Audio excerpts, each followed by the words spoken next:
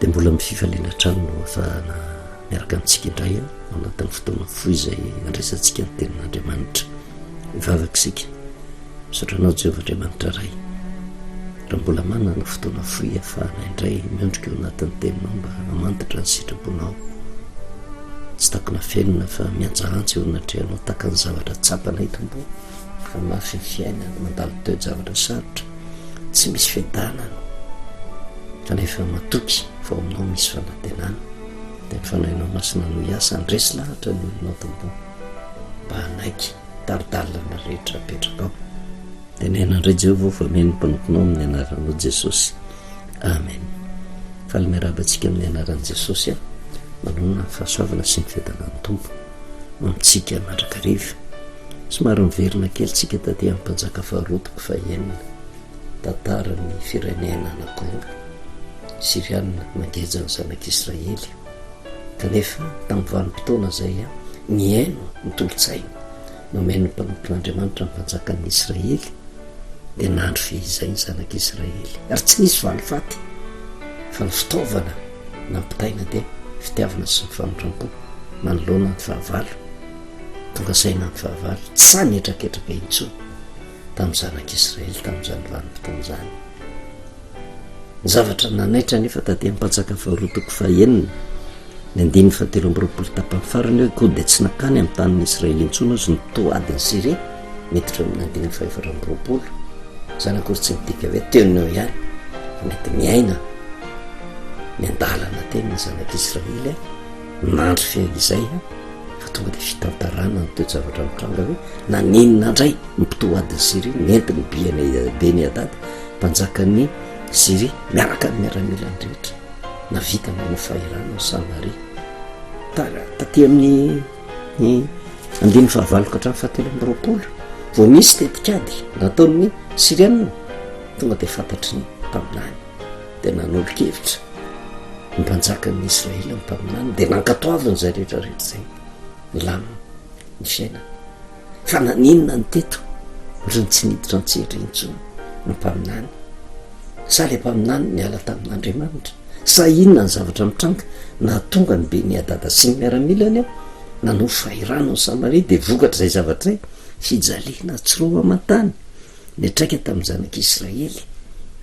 dia misy tovizany amin'ilay hitantsika tary amin'ny bokin'ny Exodosy satria na ny toe-javatra mitranga ny ainan'ny adana nge ny zanak'Israely tamin'ny andron'ny Josefy raha matadidy isika mbola mandeha moa mifampahirezana engany mba samy velonainsika mba hafantatra ny sitrapon'Andriamanitra ho antsika isambatan'olona hafantatra ny zava-dalina ao anatin'ny soratra masina hisitona lesona ny amin'izany ny amin'ny fiainantsika andavanandro na ny fiainan'ny tokantrano na ny fiainam-pianakaviana na ny fiainam-piangonana mihitsy azy aza mieritreritritsika hoe fiangonana dia miadana dia marina foana ny zavatra atao fa tena misy ady koa atrehana na dia ao anatin'ny fiangonana azy satria miditra antsehatra mihitsy Satana ao anatrehan'izay mba hatonga ny olona tsy hanaiky ny fahamarinana ka raha vao tsy manaiky ny fahamarinana dia tonga ny fahoriana tonga ny adila ary raha mijeritsika avy amin'inona moa no mahatonga an'izany adila zany raha mijeritsika ny Korintiana ny Galatiana ny zavatra mitranga atao anatin'izay rehetrarehetra izay dia ny fihevitry ny nofo ao anatin'izay rehetrarehetra izay dia korontana araka ny tenen'ny Paoly apôstôly hoe fiafina fona na fifampandanina ny Galatiana 5 fisarahana fitokoana fialonana fahamamona zany ny toe-javatra mitranga rehefa tena le nofo no mibaika eo anatrehan'izany rehetrarehetra zany dia hitantsika fa tamboalohany noho Josefa izay tsy niala tamin'Andriamanitra tamin'izany vanim-potoana izany izay tena hoe tena netraketrahany rahalahany namidy ny rahalahany lasa tena onjononjony izy samindrery mbola ho hitantsika zany tantara zany tany amin'ny tany Egypta dia lasa namidy ho andefo teo ambanin'ny fitantanan'ny Potifara gaga daholo izay ny olona niaraka tamin'ny Josefa tamin'izany fa Josefa tsy nitaraina Josefa tsy nigrevy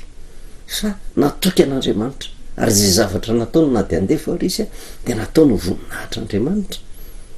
gaga ra Potifara satria noho ny am' Josefa nyroborobo nyfananany de tsy samy teniteniny andriamanitra Josefa izy avy eo koa tonga teo an-tapany Farao nisy fanomezam-pahasoavana nananany manokana gaga koa Farao no fahendrena nanana Josefa tsy samy kitikitika ny andriamanitra Josefa mihitsy Farao ary tena nanaja ny Farao voatendry ary ho lehibe teo amin'ny fanjakana na de andevo kely ara tamin'izany vanim-potoana zany nankasitrahan'ny Farao satria mitondra fahasoavana teo amin'ny tany Egipta ny fisiany Josefa noho ny fitorahany tamin'Andriamanitra fa tsy noho ny Andriamanitra ny Egiptiana vokatra zay zavatra zay tonga ny mosary ary kanefa Egipta mitahin'Andriamanitra satria nanaja ny mpanompon'Andriamanitra mba tadidio ange zany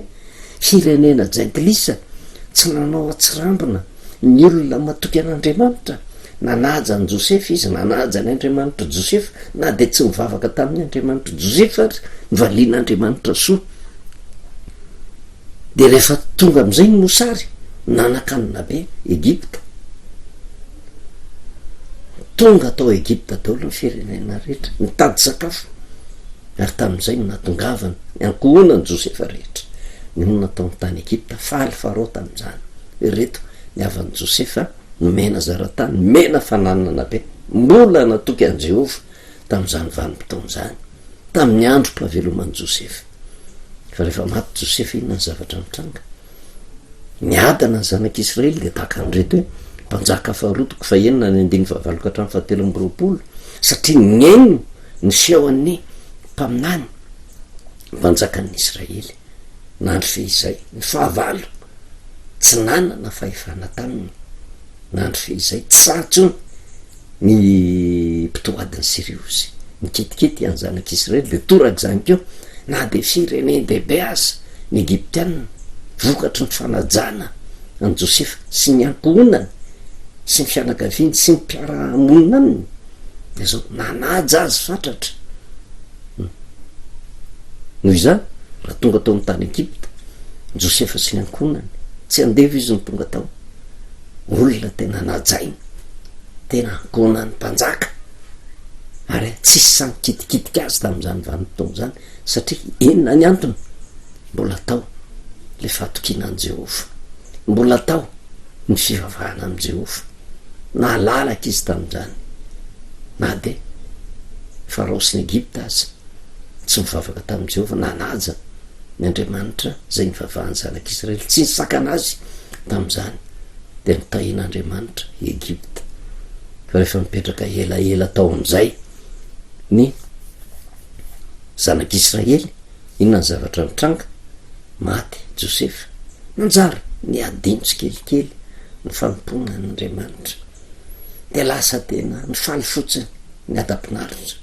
ny aina finaritra miaraka tamin'ny tany Egipta satria lasa fiainan'ny Egiptianina ny fiainan'ny zanak'Israely 300 taona nanadino an' Jehova lasa tena nanaraka ho azy le fomban'ny Egiptianina sy ny fiainan'ny Egiptianina ary zay le fomban'Andriamanitra raha vao miala amin'Andriamanitra manomboka ny fahoriana tsy Andriamanitra mahatonga ny fahoriana miatra amin'ny olona fa safidim-pon'ny olona mahatonga azy ho ory satria nivily tamin'ny lalana zay nisoritan'Andriamanitra de nanomboka nisy ny fahoriana de ina ny zavatra mitranga de iny hitantsika iny rehefa tena mafy am'izay ny fahoriana ny anjady nangataka fitaraina tamin'Andriamanitra mpahovonjeny le vahoaka tsy nanana mpitarika ny zanak'Israely tamin'izany fa tena teo ambanin'ny fahefan'ny Egiptianina taraina tamin'i Jehova mafy ty mahazo ty ary zay no natonga ny zanak'Israely ho tahaka ny andevo tamin'izany vanim-potoana zany tsy nanana fahafahana tsony satria nisy zavatra adinony tao izay natezitra n'Andriamanitra ka tsy tapaka daholy ny fahasoavana ny fitahina satria nao safidy ny zanak'Israely tamin'ny odinany tamin'Andriamanitra natonga an'izany rehetrarehetra zany ka navelan'Andriamanitra nampahorin'ny Egiptianina kosa fa nefa milafiny anankiray rahandray ao anatin'ny zavatra ratsika io misy programan'andriamanitra manokana fahorinany anjady tamin'ny zanak'Israely nafan'andriamanitra koa niditra an-tsehatra mba ho fananarana any Egypta sy ho fantatra zao tontolo zao fa tsy hoe tsy manana an Jehovahandriamanitra izy de tsy hikitika azy Andriamanitra fa ny zavatra tsikaritra kosa teo amin'ny tantarany zanak'Israely sy ny firenetsamy hafa firenena Jentilisa firenena Egyptiana Babiloniana nanany Andriamanitra zay nirehariavandreo fa ny Andriamanitra reo tsy nanana fahefana tamin'ny Israely fa ny Andriamanitra ny Israely kosa nanana fahefana tamindreo firenena Jentilisa reo diso hevitra ny olona raha manenjika ny Andriamanitra ny kristianina mety hianeva tevy izy mety hiteny ratsy izy tsy mampanenina zany fa ny marina kosa so de mieritreritra fa tsy hanana fahefana amaly Andriamanitra fa niza Andriamanitra fikirin'ny olona ka tsy Andriamanitra ny kristianina tsy manana fahefana amin'ny kristianina ny Andriamanitra hafa fa ny Andriamanitra ny kristianina kosa manana fahefana amin'ny olon-drehetra na inona na inona foronana ra-pivavahana anana ninona fahefana ananany manana izy de ny zanak'Israely mitondra fahoriana satria nahoana nisy fanatenona an Jehova zay rehefa nitaraina ny zanak'Israely inona ny zavatra nisy angena maly Andriamanitra de nitondra vahaolana Andriamanitra naneraka amin'ny Mosesy Andriamanitra ny rahany Mosesy nakao amin'ny Farao rehefa niteny tamin'ny Farao la fasony oloko anompo lasa konda ny rahana koa hiteny amin'ny zanak'Israely de inona zavatra mitranga tsy araky ny eritreretana nanateny Mosesy fa afaka teony ao ny zanak'Israely tsy nenony Farao izy zay Jehova ozy no ekeko teny tamin'ny zanak'Israely Mosesy faly ny zanak'Israely nanatena ao afaka kanjo fampahoriana mafy mivoamaika ny anjady ny mafy ny zavatra niatra tamin'ny zanak'Israely manany programany Andriamanitra tsy mandainga Andriamanitra fa manany fotoanany izy fa misy zavatra kendren'Andriamanitra ho an'ny zanak'Israely aloha mba hampiorina tanteraka ny finoana sy atokisany an'Andriamanitra amin'ny zavatra rehetra fa manany programany keo amin'ny Egypta sy Farao Andriamanitra mba ho fantany fa Jehova no Andriamanitra fa saingy mila fotoana zany mba andresena lahatra tanteraka ny tsiraray hoe na iodika vy na iodika vana Andriamanitra mitompo-pahefana amin'ny zavatra rehetra raha tena kristianina marina mangofotra sy matahotra noho ny amin'Andriamanitra satria tsara ny olona rehetra araky ny asan'izy tsisy afabelana izany izy ary zay natonga ny resaka hoe tena aza manononona foana ny anaran'i Jehova raha nona ny anaran'i Jehova ianao toetran'i Jehova ny tokony hananana fa raha tsy anana ny toetran'i Jehova sy ny toromarika zay nomeny aza miteniteny satria lasa vao maika mafy ny zavatra hiatra amin'ny olona zay mitontena ho kristianina kanefa manda toromarika apetraka Andriamanitra fahoriana ny anjady tamin'ny zanak'Israely tsy mbola afaka ary inona ny zavatra mitranga tamin'izay vanomton'izay Mosesy ny Farao tsy nandefa ny zanak'Israely Mosesy koa kiviratsika lasa nitaraina teo anatrehan'i Jehova naninony zaho zy ny rahanao nakany amin'ny Farao ny teny tamin'ny zanak'Israely kanefa de zao nampitondra mavesatra ny zanak'Israely ianao zy tsy namonjy azy akory tsinona satria natanjona ketren'Andriamanitra manokana tamin'ny Mosesy zay voatendro mpitarika ndreo voafitako Mosesy ka eritreritra fa izy no hitondra fahafahana ho an'ny zanak'Israely fa nitaizany Mosesy kosa izy ianao no napetrako hitarika de zao tolotsaina avamiko any ny tokony enonao fahazakevy tsy niala tamin'ny Mosesy ny fitiavan'i Jehova naverina indray izy ndana ihany verina any amin'ny Farao de ndana koa miteny amin'ny zanak'Israely de lasa Mosesy niteny tamin'ny Farao de lasa indray niteny tamin'ny zanak'Israely fa inona ny zavatra mitranga tsy niainao amin'ny Mosesy Farao sy ny Egypta fa ny zanak'Israely io tsy niaino azy zay hitatsika veo miverina tao amin'i Jehova izy raha irahana amin'ny Farao de ozy ny lazain'ny Mosesy koa ny zanak'Israely ozy tsy niaino ako farao ve de iainao am'zany fa ny afatra napetraka andriamanitra de tsotra amborao fotsiny amy farao e amborao fotsiny amy zanak'Israely zany hitondra azy anafaka azy eo amy tany Egipta apita koa amitsika vahoaka nenenina fangejana menjady amitsika isambatan'olona amitokantrano amy fianakaviana ao anatin'ny fiangonana fantatr'andriamanitra taolange mandeha marina tsy mandeha marina ilnivo ny fireneny Jehova no miteny zano anafaka anareo mifangejana menjady aminareo ary rehefa Jehova no manafaka aza mieritreritritsika hoe rapitso de ny rapitso manana ny fotoana voatendriny io Andriamanitra io ohatra ny mahatsiaro le fomba fitenin'ny olona rehefa drangay te iseho marina mionatrehan'ny olona hoe tena mampiseho hoe tena ataovy ihany ozy le fitenin'ny olona hoe 99 jours pour le voleur un jour pour le maître fa tsy zaka rehefa miditra antsehatra io Andriamanitra io mety miliby ianao mandritra ny 20 taona heritaona 2 taona 3 taona 5 taona amy 20 taona amalin'Andriamanitra tsy ho zakanao zany ary toraka zany ny zavatra nanjady tamin'ny Egipta ary eo niseho ny voninahitr'Andriamanitra Andriamanitra rehefa manafaka fitiavana sy famindram-po no anafahana ary zavatra takan'izany vitantsika koa aty amin'ny mpanjaka faharo tamin'ny vanim-potoana takan'i Josefa miaraka tamin'ny zanak'Israely mbola natoky an'i Jehova na de tao amin'ny tany Egipta aza ny aina ny adana satria naona ny ainy ny feo an'i Jehova fa tsy ny ain'ny Andriamanitra ny Egiptianina nanatahotra amin'ny Farao sy ny Egipta fa nyraisina takan'ny akonan'ny mpanjaka fa rehefa tsy teo intsony Josefa lasa mivarilavo ny zanak'Israely tonga ny fahoriana toraka zany keo tamin'ny vanim-potoana ty amin'ny mpanjaka faharoa mbola ny aino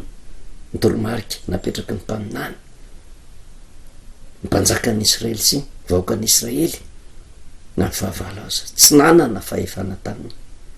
fa saingy nga nampiasa sabatra izy nalefiny tsy nampiasa fitaovam-piadiny nentina nandroana ny fahavala fitiavana sy famindram-po re olona mampiseho m'Andriamanitra n'Andriamanitra ary maninona nahazo famindram-po ny Siriana vahoakan'Andriamanitra koa io mendrika ho tolorana fitiavana ka rehefa tena tsapany hoe kay ohatran'izany ny tena vokatsony fitiavana tsy sanetraketraka tamin'ny zanak'Israely tsony lasa fa eo le jerevantsika hoe fa naninona ary mpanjaka faharoa toko fahenina ny 520 ndiny sy 520 rehefa afaka zany Beni-Hadada mpanjaka ny Siria namorony miaramila ndrehetra de niakatra nakao nanao fahirano any Samaria de nisy mosary mafozy tany Samaria fa indro nanao fahirano azy ireo mandrapatonga ny lohambrika ho lafo sekely 20 sy ny taim-boromelala apa-efatry ny kaba ny ho sekely 10 tsika tsy jery hoe zay ndray ny dina hevitra hoe inona zany lohambrika zany inona zany taim-boromelala zany zay angamba ny fomba ilazan'ny baiboly hoe ny taim-boromelala ataotsika hoe kakapizao tam'izao am'izao vanim-potoana zao asa azotsika raisina am'izay fa ny tian'Andriamanitra ampitaina ao anatin'izay de zao tsy laitra ny vidiny tsy efa ny fahefan'ny olona tsony fahefa-mividiny olona tsony ny fiainany tam'izany mosarena satria nao nodidiny miaramila rehefa miditra antsehatra ny miaramila fa maizan'Andriamanitra zay amin'ny vahoakany ary misy afatra Andriamanitra ao ambadika satria raha mandinika atsika nke am'izao vanim-potoana zao hoe mandinika saika manerana n'ity zao tontolo zao ty ohatra ny tena lasa voatery miditra antsehatra am'izay nitafika mitantana ny firenena misy antony ara-tsoratra masina zany tsy misy fanomezantsiny akory kanefa matoa navelan'Andriamanitra hitantana ny firenena Andriamanitra no mametraka azy rehefa tonga ny vanim-potoana ka tsy akasitran'Andriamanitra Andriamanitra no manaisotra azy rehefa feo Andriamanitra no manam-pahefana fa tsy afakytsika manda fa tsy maintsy manaiky ny fahefana zay mipetraka fa misy anton'izay kanefa rehefa jerevantsika ny soratra masina misy tena fitiavan'Andriamanitra lehibe ambadika zany rehetrarehetra zany fa ny nahavariana ny mpitoadiny Siria teto tsy netraketraka tamin'ny Israely andiny faefatra ambyroapolo sy ny manara eo miaramila nampitondra faisana am'izay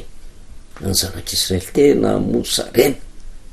inona no nahatonga an'izay tsy tongatonga ho azy tsy etraketrakaandriamanitra ka hoe tena olona ny antehitra aminy olona nahatoky azy de tonga de etraketrahana fotsiny zao hoe atao zay amosarena ny firenena zay matahotra azy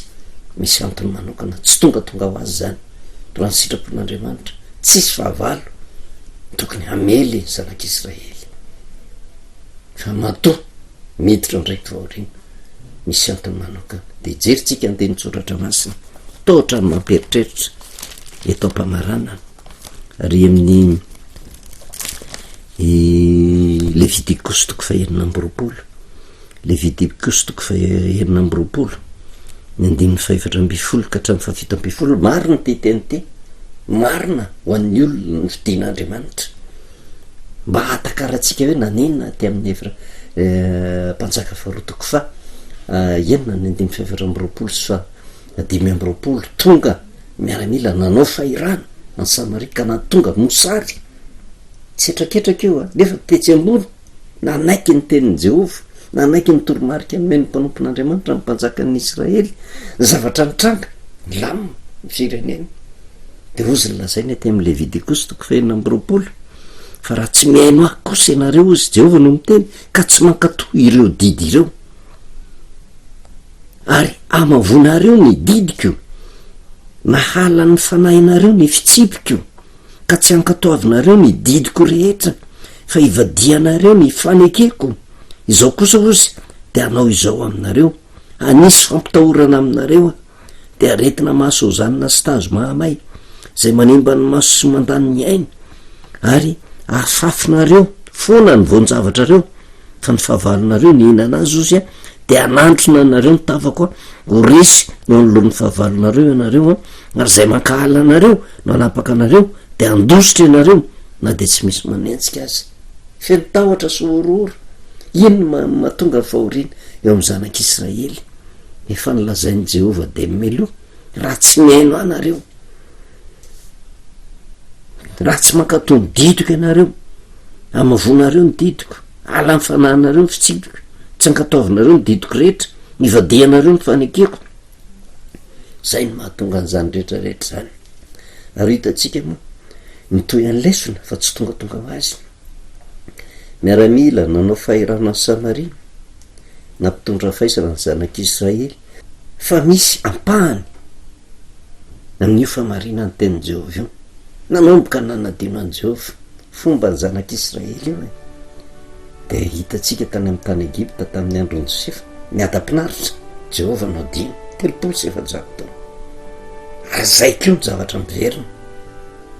ozy lazain'ny Solomona tsy misy zava-baovao ty ambany masoandro ozy fa le taloha ela ihany no miverina le fomba ny zanak'Israely niadana niaraka tamin'Andriamanitra kanefa rehefa teo ny tany de zao adino Jehova tonga ny famaizana sy fampahoriana toraka zany keo tamin'ny vanim-potoana ny enona ny feon'ny mpaminany niada-pinaritra ny zanak'Israely nandositra ny fahavalo niala moramora vokatry ny fitiavana sy ny famindram-pony natonga an'izay tapitapikeo indray niverina ny Siriana le tsa namely ny zanak'Israely tsony reo fa nanao fahirana ary mafy ny zavatra mitranga tamin'ny zanak'Israely inona no natonga an'izany manahoana ny toetra ny mpanjaka manahoana ny toetra ny zanak'Israely de hitatsika moa fa tsy misy zavatra tongatonga ho azy fa tsy hoe etraketraka fotsiny Andriamanitra de oro zao fotsiny de naninona reto miaramila reto no nifehy indray any Samaria fa eo koa mideran'Andriamanitra tsehatra enzanange ny zavatra nataony Beniadada miaraka amin'ny miaramila ny rehetra nampivarahotsana ny zanak'Israely fa nivarahotsana koa Beniadada sy ny miaramila rehefa niditra ny tsehatra Jehova voninahitra ao an'Andriamanitra reriany vavakisika sondranao Jehova Andriamanitra ray zany teninao rehetrarehetra zany de misy fanantenana ho anay amin'ny lafiny anankiray de mampitodika anay ka tonga anay iaiky fa manadino anao zay indraindray mahatonga ny fampahoriana menjady aminay kanefa misy torolalana koa menao de niatonga anay iverina tanteraka aminao anatin'ny fitiavana sy ny fanondrampo mba isiny fiadana dia nyfanahinao no hitaritalana marakaraka tompo afantaranay tena faolana omenao misaotra indrindra ray amin'ny anaran'i jesosy amen. Manao velomantsika amin'ny anaran'i jesosy manona fahasoavana sy ny fiadanan'ny tompo ho amintsika miaraka rehefa